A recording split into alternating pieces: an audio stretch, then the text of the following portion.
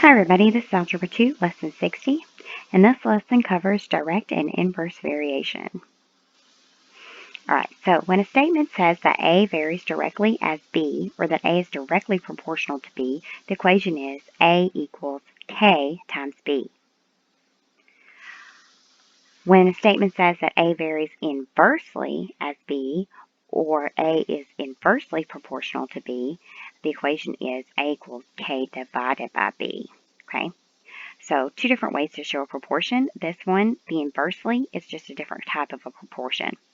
All right, so this first one, here's a couple of examples. The number of boys varies directly as the number of girls. So we're going to say B for boys equals K times the number of girls.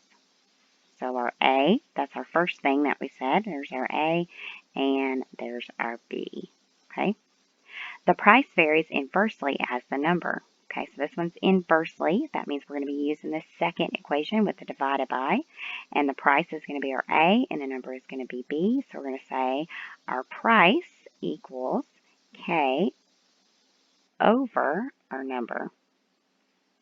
The resistance is directly proportional to the length. So we've got our resistance, that'll be our A. It's directly proportional, so that means we multiply to the length. So we're going to say R equals K times our length. And K is basically just your scale factor. The number of revolutions per minute is inversely proportional to the number of teeth in the gear. So inversely means we're going to do our dividing one. We're going to have RPM equals K over the number of teeth. Okay. The water produced varies directly as the amount of hydrogen burned. So our water, and it varies directly, so that means we're going to multiply. So equals K times hydrogen. All right, super easy. Okay, so when we're solving these types of problems, we need to take a couple of steps. First, we're going to figure out what equation we're going to use. So the number of boys in every classroom varies directly, so that means we're going to use our multiplying one, to the number of girls. So we've got boys equals K times the number of girls. That's our varies directly proportional equation there. In one room, there are 8 boys and 2 girls. So we're going to fill in an 8 where a B is, equals K times girls, which would be 2. Now we just have to solve for K. So first step is to write out our proportion, our equation. Next step is to fill in our 2 unknowns. Then we solve for K. K equals 4. Okay. Then it says, if there are 5 girls in another room, how many boys are there? So we're going to write our equation again. B equals, all right, and now we know what K is. K is 4 times the number of girls, which is 5. So B equals 4 times 5 is 20. All right, super easy. All right, let's try another one. The number of revolutions per minute, or RPMs, varies inversely to the number of teeth in the gear. So first we're going to write our equation. So we're going to write RPM equals, inversely means we have to put K divided by the number of teeth. Okay? All right, so then it tells us if 40 teeth make 100 RPMs, so we're going to do that first. So we're going to say 100, where RPM is, equals K over number of teeth is right here, it's 40. All right, so now we have to solve for K, so we're going to say times 40 times 40. Those cancel. We're going to get K is equal to 40 times 100 would be 4,000. So K equals 4,000. All right, so now it says, what would the RPM be if the gear had 30 teeth? So we're going to say RPM equals K, which is 4,000, times 30. So now we just multiply. So RPM equals 3 times 4 is 12. And then we've got 1, 2, 3, 4 zeros. 1, 2, 3, 4. So the RPM should be 120,000.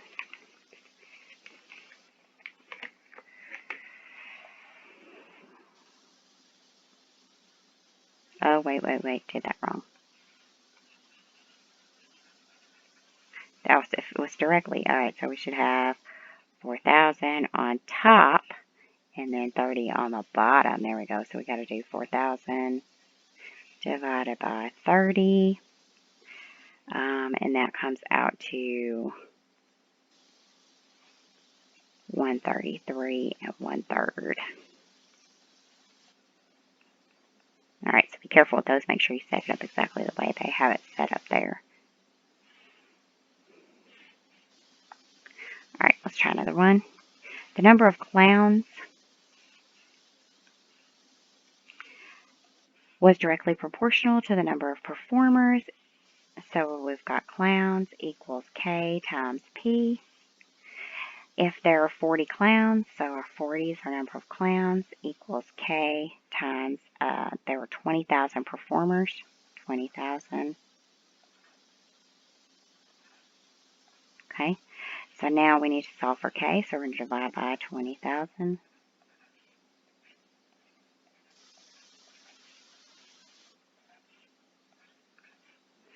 K is going to be equal to, let's see, we can knock off these zeros, and then we could say 2 and 1.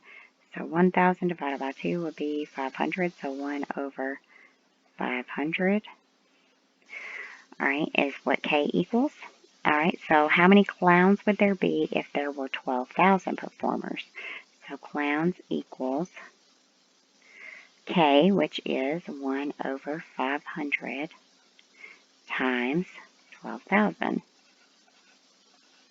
Okay, so that's pretty easy. We're going to do 1 over 500 times 12,000 over 1. Knock off these zeros. 5 into 120.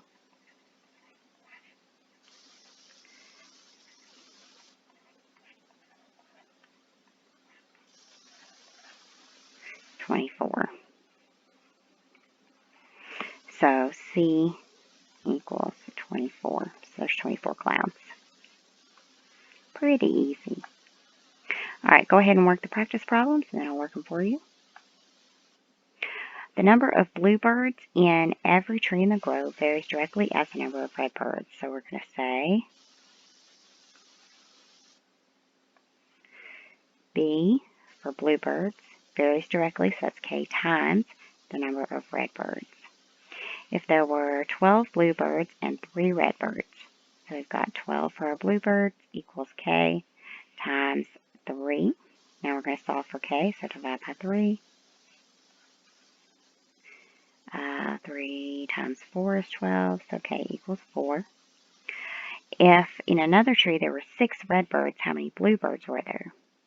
So B equals K, which is 4, times 6. B equals 24. So there are 24 bluebirds. The answer to A. That one was really easy. All right.